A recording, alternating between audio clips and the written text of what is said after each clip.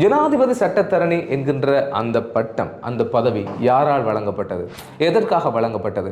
சில நேரங்களிலே பலர் இன்னும் யோசித்துக் கொண்டிருப்பார்கள், ஜனாதிபதி சட்டத்தரணி என்று அழைக்கின்றவர் ஜனாதிபதிக்காக வாதாடுகின்ற ஒரு வழக்கறிஞரா, அல்லது ஜனாதிபதியால் அமர்த்தப்பட்ட ஜனாதிபதி சார்ந்த பல விடயங்களை வழக்குகளை கையாள்வதற்காக அமர்த்தப்பட்ட நிபுணத்துவம் வாய்ந்த ஒரு வழக்கறிஞராக இருக்கலாம் என்று சொல்லி பலர் சிந்தித்திருப்பீர்கள். உண்மையில் அப்படி அல்ல. ஜனாதிபதியால் வழங்கப்பட்ட ஒரு மதிப்புக்குரிய பதவியாக இருக்கிறது, ஒரு பட்டமாக இருக்கிறதை ஒழிய ஜனாதிபதிக்காகத்தான் அவர் வாதிட வேண்டும் என்பது அதன் பொருள் அல்ல. உண்மையில் அது ஒரு கௌரவமான பட்டம். இந்த பட்டம் எதற்காக வழங்கப்படுகிறது, எப்படிப்பட்டவர்களுக்காக வழங்கப்படுகிறது என்று பார்த்தோம் என்று சொன்னால், நீண்ட காலம் சட்ட அனுபவம் உள்ளவர்கள், வழக்குகளிலே திறமையாக வாதிட்டு ஒழுக்க முறைமைகளை கடைபிடிப்பவர்கள், சட்டத்துக்கு அவர்கள் இதுவரைகள் வழங்கிய பங்களிப்பு, தொழில்முறை ஒழுக்கங்கள் மற்றும் நட்பெயர்கள், நீதிமன்றங்களிலே சிறந்த வாத திறமை, இப்படி பல விடயங்களை அவதானித்து ஜனாதிபதியால் வழங்கப்படுகின்ற ஒரு கௌரவம் மிக்க ஒரு பட்டமாகத்தான் ஜனாதிபதி சட்டத்தரணி என்கின்ற பெயர் இருக்கு. அதாவது பிரசிடென்ட்ஸ் கவுன்சில் என்று சொல்லி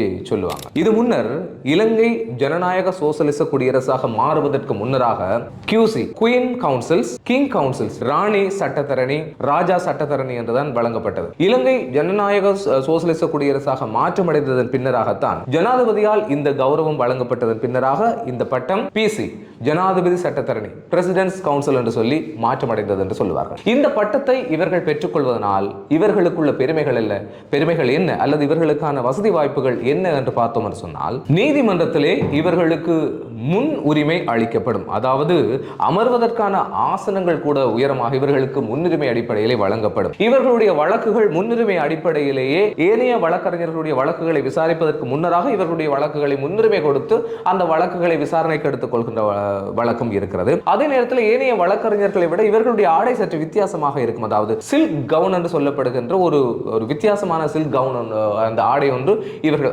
இவர்கள் அணிவதற்கு தகுதியுடையவர்களாக இருப்பார்கள்.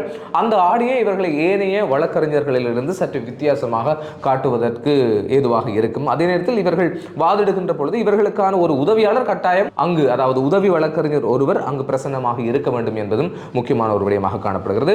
அடுத்தது, இந்த பதவிக்கு ஓய்வு கிடையாது. அதாவது இவர்கள் இறக்கும் வரைக்கும் இந்த பதவி நிலையை பயன்படுத்த, அதாவது பதவி நிலையில இந்த பட்டத்தினை, இந்த கௌரவத்தினை இவர்கள் பயன்படுத்திக் கொள்ளலாம். இதற்கு என்றுமே ஓய்வோ அல்லது காலாவதி திகதியோ கிடையாது என்பது முக்கியமான ஒரு விடயம்.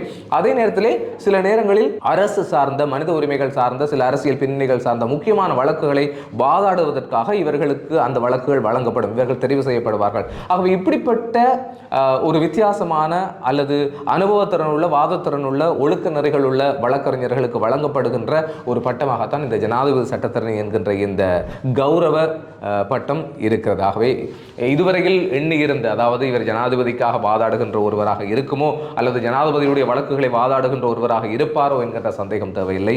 இது ஜனாதிபதியால் வழங்கப்படுகின்ற சிறப்பான வழக்கறிஞர்களுக்கான உயர் நிலை ஒரு கௌரவ பட்டமாகத்தான் இது இருக்கிறது என்பது முக்கியமான ஒரு விடயம்.